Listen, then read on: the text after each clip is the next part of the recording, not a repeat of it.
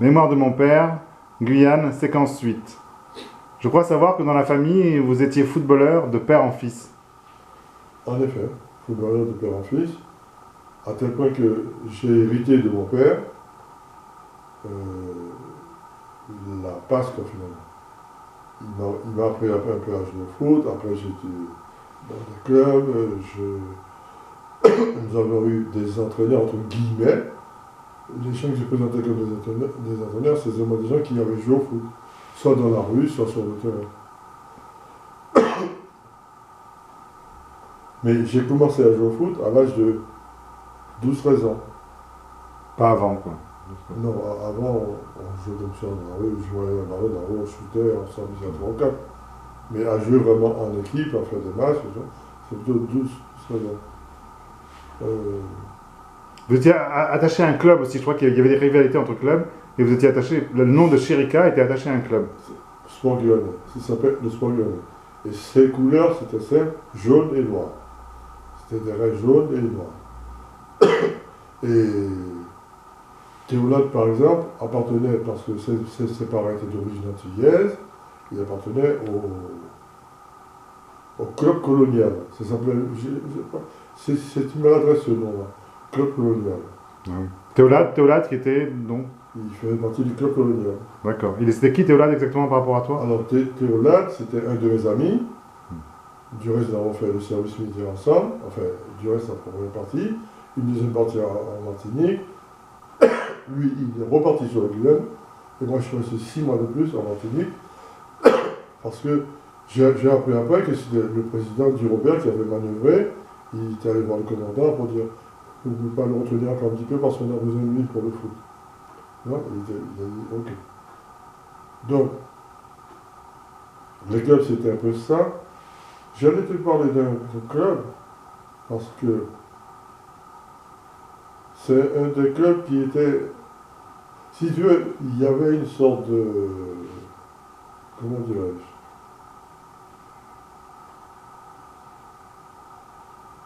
il y avait de la rivalité.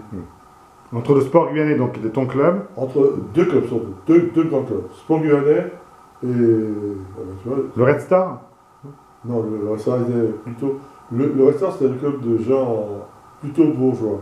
Et le club colonial, alors? Le club colonial, c'était des gens, c'était forcément des Martiniquais et des Guadeloupéens qui venaient dans la Guadeloupe, et automatiquement, ils se croyaient obligés d'aller là. Donc, on l'appelait club guadeloupéen, club Colonial. colonial, et puis il a effacé oui, parce que c'est une maladresse aussi d'appeler ça, club colonial. Oui, c'est bizarre, on dirait que c'est un club de colons, quoi. Voilà. C'est un peu après que j'ai entendu parler, j'ai dit, tiens, effectivement, en analysant, c'était pas une bonne chose. Donc, c'était pas le club guyanais et l'US Montjoly? Non plus? Le club guyanais est L'US Montjoly? J'ai ça dans la tête, alors est-ce que ça existe? Ça a existé, l'US Montjoly?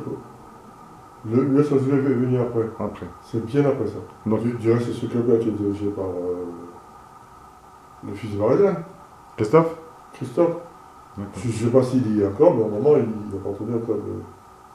Mais il y avait quelque chose qui me trottait dans la tête et qui a été enlevé. Je veux dire, donc, le sport guyanais, c'était le club, ton club, le club de la famille Chirika. Oui, c'est la famille Chirika. Il était associé au nom Chirika, le club guyanais, pratiquement.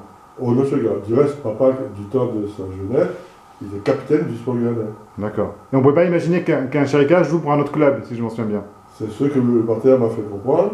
Quand il y a un jour, je suis allé donc à la réunion, ça s'appelle la réunion pré-match. À la réunion pré-match, on te donnait la composition des équipes. Et j'avais un bon copain, il s'appelait Delanon, Richard Delanon. J'arrive donc, c'était le samedi, et je vois pas son nom sur la table. Je dis, mais vous avez oublié Delanon? Alors c'est madame, tout le machin. Enfin, la femme du directeur du club, qui vient me dire, monsieur Jacquard, nous n'avons oublié aucun nom, l'équipe que vous avez vue sur le tableau, c'est celle qui a été décidée par mon mari, le président, n'est-ce pas? Voilà, il faut connaître ses façons de faire. C'est grands airs, presque. Voilà. Alors j'ai dit, bon, mais si c'est comme ça, faites savoir à votre mari que je ne jouerai pas le match tant que le nom de mon ami ne figure pas sur le tableau. Parce que c'est un accord qu'on avait passé à notre mari. Il a manqué à sa parole. Oh Dieu, elle bouillait. Alors après, j'ai vu qu'elle est remontée. Et un petit moment après, le mari descend de l'escalier. Alors tiens, tu entends bien parce que c'est rigolo. Et puis je vois, il tire sa ceinture. Je croyais qu'il s'habillait. Et les autres me tirent en bas. Ils me disent non, il ne s'habille pas. Il vient te labourer un coup de ceinture. C'était son mot, il va. Alors, il a commencé à dire qui n'est pas d'accord avec l'équipe qui était affichée au tableau? Pas non plus, personne de derrière. Moi, je ne voulais pas faire d'histoire. Je suis parti, j'étais dans la rue déjà, je suis parti, dada, je suis allé m'amuser sur la place du Palmis, j'ai joué au foot avec les élèves qui étaient là, je me suis régalé. Et lui, il m'a fait une lettre dans la semaine, après, me disant que je sais que vous avez voulu rentrer au Star, si c'était pour une lettre la pagaille, vous auriez mieux fait rester au Sport Lyonnais. Parce que là, tu étais au Red Star, donc tu n'étais plus au Sport Lyonnais. J'étais déjà au Red Star. J'avais quitté le Sport Lyonnais pour le Red Star. Mais la raison? Oui, effectivement. Il y avait une bisbille aussi. Il y avait une bisbille. Et c'est tout lui, c'est parce que, tu vois, si je dis la même chose, c'est qu'il faisait les équipes le samedi, mais il y avait ce qu'on appelle aujourd'hui des magouilles. D'accord. Assez souvent, l'entraîneur du club, mais parfois c'était même Cresson, hein, mon ami. Il était considéré comme un des meilleurs footballeurs du club. Et c'est à lui qu'on s'adressait pour faire l'équipe. Mais en fait, il n'avait aucun droit de faire l'équipe au détriment des autres. D'accord. Mais s'il le faisait, c'est parce que c'était à la demande du président qui disait Raymond, je vous charge d'eux, etc. Alors il y avait un samedi où il y a eu cette histoire-là. Du favoritisme, il y avait du favoritisme en fait? On faisait jouer les fils des dirigeants ou un truc comme ça ou... Non, c'était pas ce niveau. Le niveau, c'était. Cresson disait toujours, il frappait son temps, il disait moi, mon principe, vous le savez déjà, je prends en priorité ceux qui se sont entraînés dans la semaine. Alors, il disait bon, ceux qui se sont entraînés. Pas forcément les plus doués, quoi. C'est pas forcément les plus doués. Mais en fait, c'est assez aléatoire aussi. Ceux qui sont entraînés, est-ce que ça veut dire qu'ils sont les meilleurs parce qu'ils se sont entraînés? Alors, il soutenait Mordicus, c'est son point de vue à lui, et qu'il ne changerait pas, ou alors, si quelqu'un n'est pas content, il n'a qu'à prendre la place et puis il fera un truc du même. D'accord. C'était des choses. On n'en finissait pas de ces histoires. Mais c'est une façon de discipliner aussi, parce que pour dire, vous êtes les meilleurs joueurs, mais si vous n'êtes pas à l'entraînement la semaine, je ne vous prends pas en match. C'était son point de vue. Tu vois? D'une certaine façon, je le protégeais, je protégeais son point de vue parce que je disais, finalement, il a raison. Et puis après tout, c'est lui qui occupe ta place, c'est à lui que monsieur Karam, faisait confiance, il disait, Raymond, on vous a désigné, vous êtes sur le papier, vous êtes responsable du club. Donc vous êtes capitaine du club. Tu vois? Donc, la même chose s'est reproduite au Resta, avec monsieur et madame Célestin, qui étaient déjà bien, c'est des gens de la bourgeoisie lyonnaise, tu vois. Et quand je revois encore l'image de monsieur Célestin qui descend l'escalier, et puis il enlève sa ceinture et il dit quels sont ceux qui ne sont pas d'accord avec les dirigeants? Non. Alors du coup, tout le monde a censure, il est respecté, monsieur. Mais le fait que tu aies quitté le Sport Lyonnais, est-ce que ton père ou tes frères ton Mon père m'en a voulu, il m'a dit mais tu mets fin à une génération de footballeurs qui alimentaient le Sport Lyonnais. D'accord. Mais tu avais quel âge à cette époque donc? Je vais avoir 16 ans. 16 ans. 15-16 ans. Non? Okay. Il t'a pas obligé à intégrer le Sport Lyonnais quand même? Ah non, quand même. Ça, je reconnais que pour une fois, il a bien joué parce que il m'a dit, après tout, tu as fait ta démarche, tu en subiras les conséquences. S'il y a de mauvais résultats, tu t'en mordras les doigts parce qu'au Sport Lyonnais, tu es plus certain d'avoir des résultats que... C'est un peu vrai. D'accord. Mais moi, je voulais montrer au club que j'avais des amis. J'avais proposé que ces amis-là soient mis dans la sélection. Et on a passé outre alors qu'on m'avait promis. Le problème, c'est ça. Je suis parti du principe qu'on m'avait promis. Ça, c'était au Red Star, ça, hein? D'accord. Au Red Star. Voilà. Et le plus beau, c'est que la première fois que je suis allé en France, que j'ai pris le paquebot, qui s'appelait... Comment s'appelaient les rois de Monaco avant? Les Grimaldi. Grimaldi, oui. Grimaldi. J'ai pris le paquebot, Grimaldi, qui m'a déposé à Cannes. Et de Cannes, c'était Claude Régis et Bourgeois qui étaient venus me chercher. Je me rappelle même, c'était l'avant-veille de Noël. J'avais le filet carabiné. Ah ben, on a fait 15 jours de traversée. Et 15 jours, hein. 15 jours de traversée, au moins. Ceux qui étaient à côté de ma chambre, c'était monsieur et madame Célestin. On a mangé tous les jours, matin, midi et soir, sur la même table. Donc monsieur Célestin, c'est le président qui sortait sa ceinture. Le président, et puis sa femme qui était là. D'accord. Qui menaçait de te frapper avec votre ceinture, quoi. C'est le président qui voulait me frapper avec la Ouais. ceinture. Et bon, quand il a appelé ça à la table, on s'est marré, on a rigolé, ça fait des boulettes, Bien c'est sûr. tout. Mais tu as continué après à jouer avec le Red Star ou pas? Et non, parce que à partir du moment où j'ai pris oui, j'ai continué pendant 2 ans avec ça, D'accord. mais après, qu'est-ce que j'ai fait après? Eh bien oui, j'ai essayé de travailler à la préfecture. D'accord. Je suis resté un an sans jouer vraiment, tu vois. Mm. Je jouais avec les copains, on faisait des matchs amicaux, des matchs de rue, des matchs de ce qu'on appelle de petits stades. Tu vois, il y avait des endroits où on avait désherbé, tu vois, on aménageait, on mettait les poteaux. D'accord. Mais tu as déjà été champion de Guyane avec le Sport Guyanais ou avec le Red Star? Avec le Resta, on était second une fois, oui, effectivement. Mais le sport Guyanais était toujours bon. Hein. Ah, donc avec le Sport Guyanais, tu as gagné le championnat de Guyane déjà. Avec le sport Guyanais, ce que j'ai fait de bien, c'est qu'à 16 ans, juste avant que je parte, là, j'ai fait ce qu'on appelait à l'époque, c'était un match international. C'était international vraiment, parce qu'on recevait une équipe du Brésil, je me rappelle bien, ça s'appelle Paysandu, Un tournoi. tu vois, mais c'était le Brésil qui était.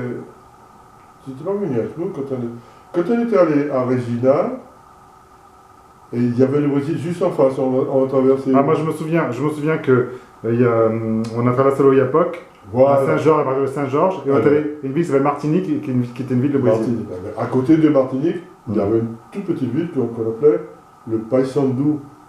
Et c'est le club du Paysandu qui était venu jouer en Guyane. D'accord. Alors pour moi, je disais, mais c'est notre premier match international. Théolade et moi, on jubilait, on était contents. On a D'accord. au moins un match. Et en fait, on en a fait 3 C'était un tournoi? dans le mois, c'était une sorte de tournoi. Ils appelaient ça tournoi des Caraïbes. D'accord. Et il y avait une équipe anglaise qui venait de Sainte-Lucie, Mhm. une équipe brésilienne, le Paysandu, Mhm. une équipe hollandaise Du Suriname alors. de Suriname. Voilà. D'accord. Ouais. Et vous avez fait des bons matchs? Vous avez gagné ou? On a gagné qu'un, on a fait un nul, on a perdu un match. D'accord. Honorable. On a surtout perdu contre le Brésiliens parce qu'ils étaient nettement supérieurs à nous. Hein. Ah oui, c'était fort. Ouais, on s'arrêtait de jouer un moment pour voir jouer ces gars. Ah, mais c'était vraiment des pros? Ils nous ont dit qu'ils n'étaient pas pros, mais je crois qu'il y avait entre eux, dans l'équipe, deux ou trois pros. Non. Alors après, ils nous ont expliqué. C'est en quelle année ça? Je me suis dit, c'était en quelle année? C'était avant que le Brésil gagne la Coupe du Monde? Alors ça devait être en 56. Ouais. 56, 57. 2 ans avant que les Brésiliens soient champions du monde, quoi, en fait. Ah, mais ils ont été plusieurs fois champions du Oui, monde. oui, mais Hein. ils ont été pour la première fois champions du monde en 58. C'est en 58, ils ont été pour la première Oui. fois. Avec Ah Pelé. oui, Pelé avait c'est 17 ans. 2 ans avant, effectivement. 2 ans avant. 2 ans avant. Il n'y avait pas Pelé qui se faufilait. Et tu pensais que Pelé, ça avait fait des petits matchs comme ça. Ouais, non, C'était c'est des matchs très amicaux. Le gars, il prenait la barque pour traverser. Ils avaient tous un petit sac là, juste pour voir Ouais. un vêtement, tu vois. Mais il jouait très bien. Ah, mais c'est là qu'on a commencé à comprendre que le foot a certainement une autre dimension, mais pas ici, c'était ailleurs. D'accord. Il n'y avait pas d'entraîneur, il n'y avait rien du tout. Alors après, on avait des entraîneurs qui étaient payés par la FIFA, justement, et qui devaient rester là toute l'année. Par la FIFA ou par la FFF? Par la FFF, c'était les trois Fédérations françaises de football. c'est vrai. Et donc, c'est là que ça a commencé. Alors je dis, mais alors, ils commencent à faire des trucs techniques juste au moment où moi je ne serai plus. Tu vois? Ah oui, Je suis d'accord. parti à la préfecture, je joue avec l'équipe, comment ça s'appelle? L'équipe, ça porte un nom. Comment ça s'appelle? Ceux qui sont dans une équipe, mais de fonctionnaires et qui jouent au foot au nom de... L'équipe municipale? C'est pas municipal, c'est un autre nom. Enfin, disons... Communale de la collectivité? Non, où il y a des gars du syndicat qui jouent dedans. Tu vois? D'accord. Bon, enfin, c'était l'équipe syndicale qui jouait là. D'accord. Alors eux, ils jouent, au lieu du dimanche, ils jouent tous les samedis. D'accord. Le truc était dit. Alors je joue avec le syndicat de la préfecture. Je joue pendant 2 ans. Et après, donc, j'ai dû m'apprêter à partir pour faire mon service aux Antilles. Et j'ai eu de la chance parce que les autres du contingent, eux, sont allés, pour la plupart, directement en Algérie. D'accord. Et moi, j'ai fait preuve d'une naïveté époustouflante. J'en ai discuté avec Auguste, vous connaissez Auguste? Tonton Auguste. Auguste, oui. Le frère de mon père, là. Auguste, qui était capitaine. Lui. Alors, Auguste, mi-plaisanterie, mi-sérieux, il m'a dit, mais si tu veux aller en Algérie comme eux, je peux te faire aller sans aucun problème. Il m'a dit, je te fais un mot pour le chef, le gros chef de l'Atlantique, hein, qui était à 2E, et il te prendra tout de suite. Comme militaire en Algérie. Alors que c'était à la guerre, c'est quand la guerre commençait. Mais quand je suis allé devant le gars était capitaine là, effectivement, il recrutait ceux de l'Algérie. Il m'a dit, quand il a demandé, il m'a dit, ah, vous êtes un Chérika? J'ai connu un Chérika, il s'appelait Colomer. Et ils ont fait leurs études ensemble dans l'armée. Il m'a dit, vous êtes le fils d'Auguste? Ben, je lui ai dit, non, je suis le fils de Jeanne. Et j'avais honte de lui sortir le papier, puis j'ai fini par lui dire, bon écoutez, il m'a donné ce mot-là pour vous, c'est parce que j'ai dit, effectivement, ça me plairait bien d'aller en Algérie. Il m'a regardé, il a fait de gros yeux, il m'a dit, mais vous êtes malade. Vous avez demandé ça à votre oncle, à Auguste, il l'appelait Auguste, c'était son nom. Vous avez demandé à aller en Algérie, alors il m'a dit, vous voulez que je vous montre des jeunes qui sont revenus de l'Algérie, comment ils sont? Alors, il m'a fait un tel... speech. Ah ouais, je dis, bon, il a peut-être raison. Il t'a peut-être sauvé la vie. Je me demande, parce que j'ai vu des gars qui étaient revenus, tu sais. J'en ai vu au moins 4. On ne disait pas qu'ils étaient fous, ils étaient gazés. Parce qu'ils étaient dans des patrouilles, ils partaient le soir, et qui revenaient vers 10h du soir. Et ils étaient toujours pris dans un bosquet quelconque, tu vois. Il y avait des félagas qui se passaient, tu vois, et qui leur envoyaient des gaz. Et ils revenaient, ils étaient complètement sous et tout. Les médecins les mettaient à l'écart quand c'était comme ça, tu vois. Mais une fois qu'ils avaient été gazés, le médecin disait, ils sont incurables. D'accord. Incurables. J'en ai connu un, c'est celui dont j'ai la mémoire le plus, il s'appelle Boudzel, il était voisin de la maison.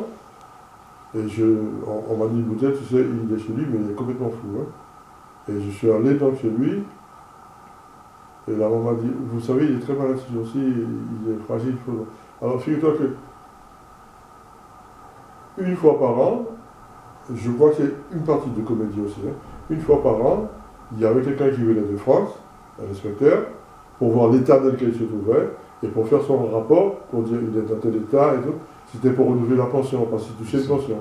Tu vois. Alors, et la dame après m'a dit, vous connaissez l'histoire de pension là? Je lui ai dit non, alors c'est elle qui m'a expliqué ça. Elle m'a dit, vous savez, l'inspecteur doit venir la semaine prochaine. On n'est pas censé le savoir parce qu'on ne nous l'a pas dit, mais on l'a su par là-bas. Alors quand l'inspecteur venait, alors la dame faisait toute comédie aussi, elle dit, vous voulez voir mon fils? Si vous savez dans quel état il est, alors elle appelait Jojo, elle appelait, mais je ne me rappelle plus son nom. Georges, peut-être comme ça. Eh bien, il sortait, il allait dans la rue, il était tout décollié, tu vois, déchiré partout, et puis des gestes comme ça, des gestes de fou. D'accord. Et il allait comme ça jusqu'à la place des Panis, là où était arrivé le moment.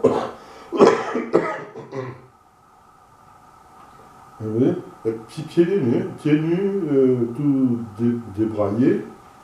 Ça, c'était pour faire comprendre qu'il était dans le même état, qu'il n'est pas changé. Et même la maman dit, si vous le voyez de temps en temps, ça empire même, c'est plus grave que ça. C'était pas vrai en fait. C'était en partie vrai.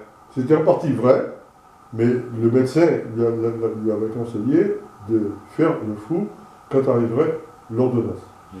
Alors, l'ordonnance, la dame n'était pas censée le savoir, mais elle le savait par moi parce qu'il y avait des gens de la caserne qui disaient voilà, il est arrivé un monsieur, il nous a dit qu'il venait pour telle ou telle chose. Donc, il faut vendre la bêche sur le dîner. D'accord. Note que le gars qui faisait l'ordonnance lui-même, il se disait c'était une vraie corvée. Il venait là juste pour savoir un peu, il m'a dit voilà, ça ne dure qu'une semaine, au bout de la semaine, je dois partir. D'accord. Okay. Alors, il y a eu ça, et j'en étais où? Alors donc tu en étais au fait que tu jouais donc pour une équipe municipale, c'est ça. Après, Voilà. avant de partir en Algérie et avant de, pardon, avant de partir en métropole. Voilà, avant de partir pour la métropole. Mais j'ai quand même joué 2 années pleines en Martinique. Ah, tu as joué 2 ans en Martinique. Oui, parce que Ah oui. les autres, Théolade et compagnie, eux, ils sont tous partis au bout de 8 mois. Donc tu as joué avec quel club guyanais martiniquais, pardon. Alors, ça s'appelait le Robert. Le Robert. La commune, c'est le Robert. C'est la commune Et c'était un grand club martiniquais? Ah, c'était un club. Tu dois la voir à la maison, la photo. Dans un album. Oui, je crois l'avoir, oui, oui. Il y a une photo avec une coupe, là. Ah, peut-être. Il n'y a pas une photo où il y a maman aussi qui pose avec l'équipe? Non, c'est pas. Ah non, ça c'est à Aix. Ah oui, c'est Aix, d'accord. C'est plutôt à Aix. Bon, je vais regarder alors. Mais il y a une coupe qui est tout en couleur. Je veux dire que la première année où je suis arrivé, ils en étaient à 8e de finale de la Coupe de la Martinique. D'accord. Alors, heureusement, ils sont allés faire le papier pour m'enregistrer et tout. Je suis rentré au 8e de finale.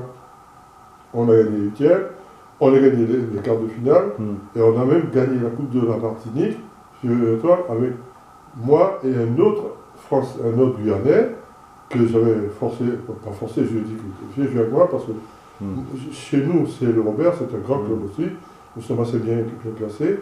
Et vous avez gagné la Coupe de Martinique alors? Vous avez gagné la Coupe de Martinique? On a gagné la Coupe de la Martinique. C'est quand même... La première année. Et c'était...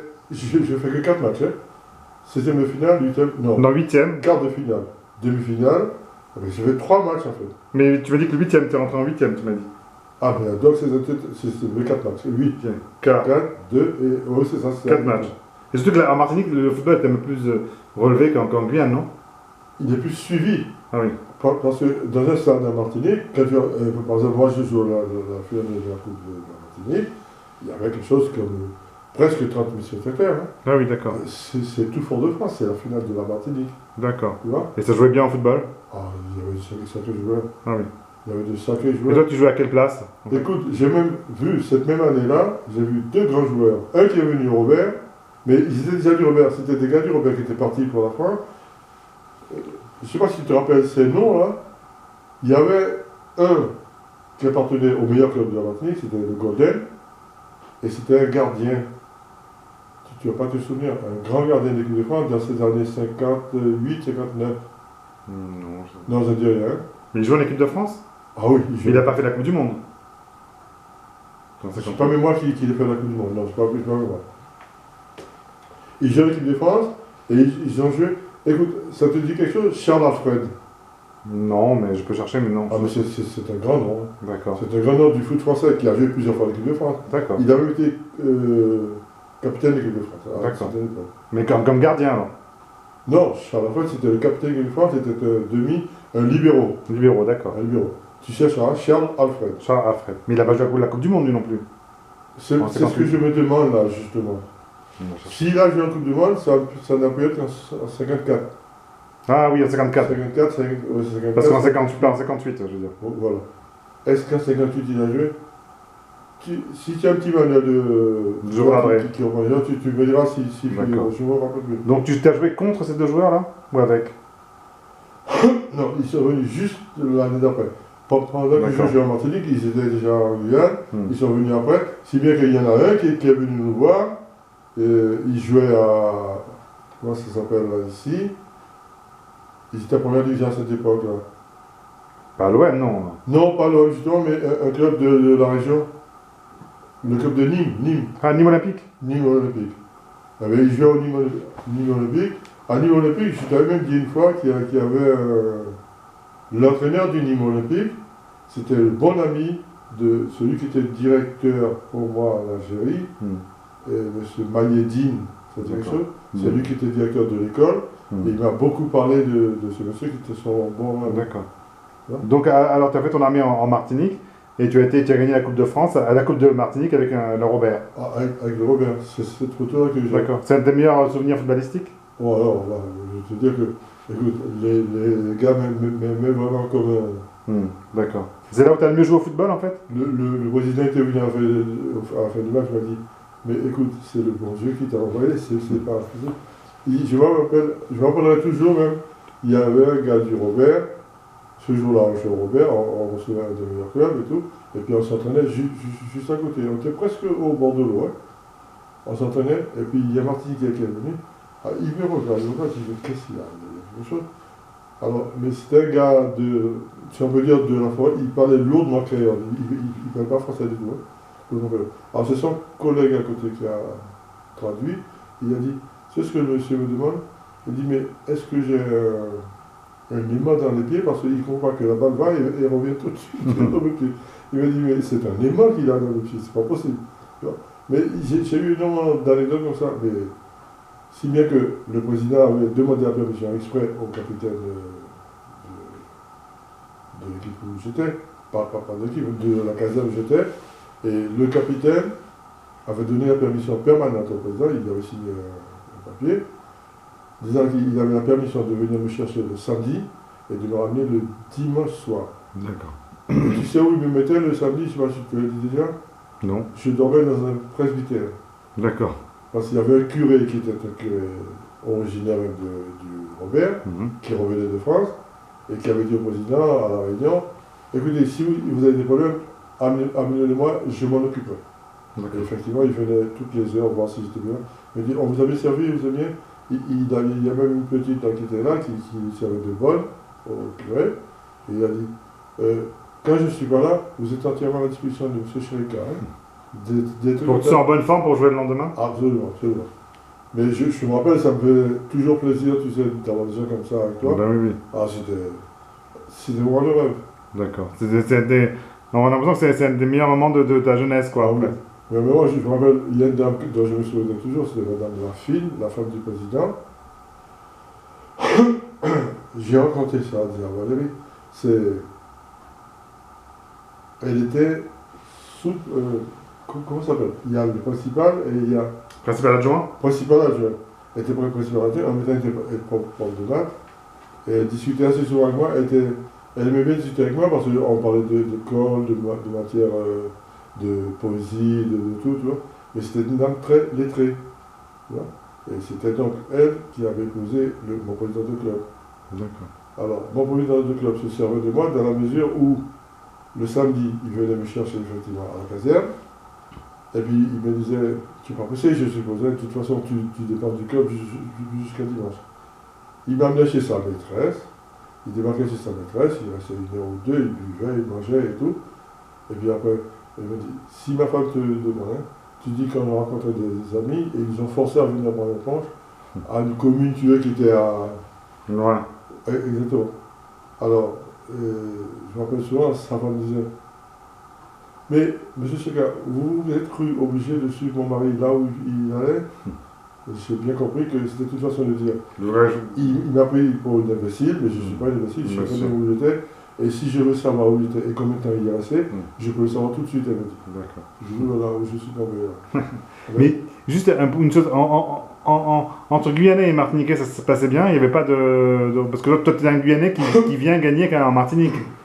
Et que apparemment tu joues milieu de terrain, numéro 10, c'est ça? Si j'avais pu, je me suis dit après, j'aurais pu avoir, mais on ne le faisait pas avant, tu vois. Si j'avais eu des disques que j'enregistrais, ou j'enregistrais, parce que le dimanche soir il y avait un bulletin sportif, ils étaient d'accord. Très là. Et bien sûr, la grosse partie c'était au foot. Bien sûr.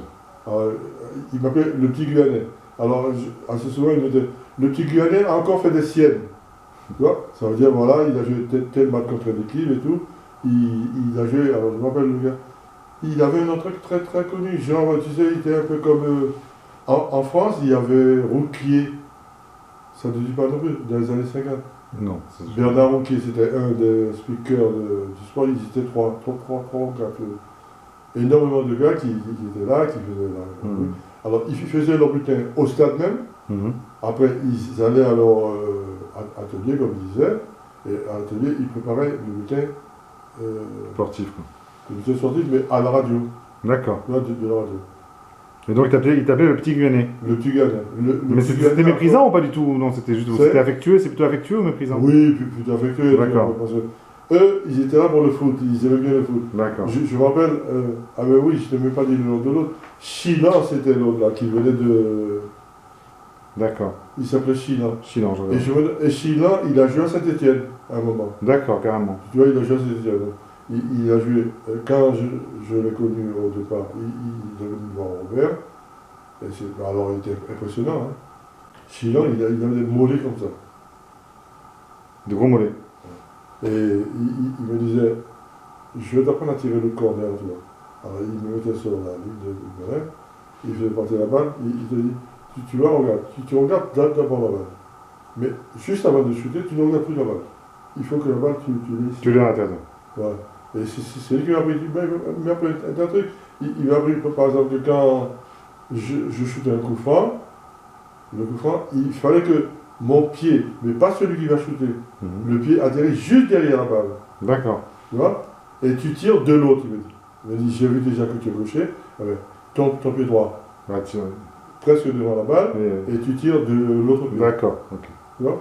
Alors il me fait rigoler, il me dit, c'est comme si ton pied droit, il me laissait la balle de ne pas bouger, tu restes là, tu ne bouges pas, attends jusqu'à ce que j'ai tiré, et puis à ce moment, ton pied gauche en inclination.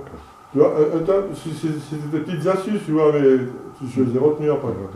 Tu les exploites, tu les retiens. Donc il a bien mieux valu passer 2 ans en Martinique plutôt qu'1 an en Algérie, là, j'ai l'impression. Surtout à cette Par époque. contre, mais je me suis toujours dit, mais et si j'étais parti pour l'Algérie, Ouais, qu'est-ce que je serais devenu? Oui, bien sûr. Et il y avait beaucoup de Guyanais qui sont partis pour l'Algérie, en fait? J'ai fait partie d'un genre où il y avait exactement 6 Guyanais. Sur les 36, hein, il y avait 6 Guyanais. Il y avait Delade, il y avait moi, il y avait Vérin. Mais pas pour l'Algérie, dans ce cas-là, c'était pour la Martinique. Eh ben, d'abord, on allait en Martinique. Et de la Martinique, ils faisaient le tri. On t'appelait au bureau du colonel pour dire voilà, vous avez été choisi comme. Partir. Tu vois. Mais le colonel, lui, te présentait ça comme. Oui. Presque comme une aventure. Une aventure. Exactement. Alors, il te disait dans 2 ans tout au plus, vous serez revenu au foyer. Ouais, d'accord. Mais combien sur le contingent 36 sont partis en Algérie alors 36, ils sont partis pour l'Algérie. 36 Attends, non, il y a 36 pour la Martinique. 36 pour la Martinique. Il y avait des 36, il y avait 6 Guyanais, et puis les 2 autres, ils les partagent entre Martiniquais et Guadeloupéens. D'accord. Tu vois? Donc ça faisait 15-15, tu vois.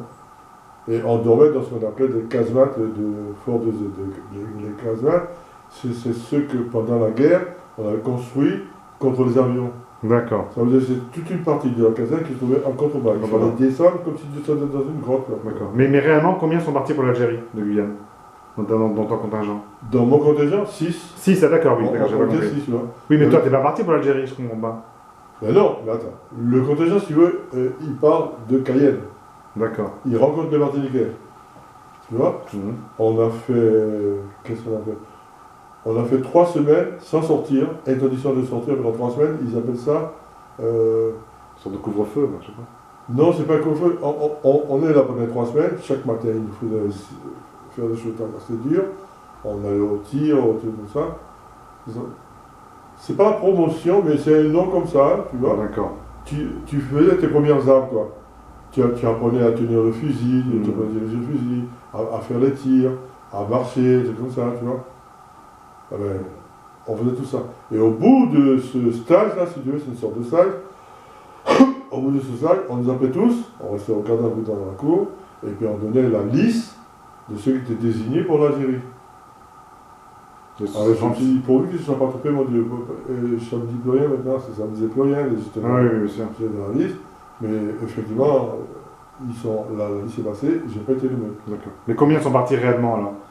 36 réellement, mais il y avait un contingent qui était parti avant nous. D'accord. Où il y a le fameux Boudzel dont je te parlais, là, qui faisait le foot tous les jours.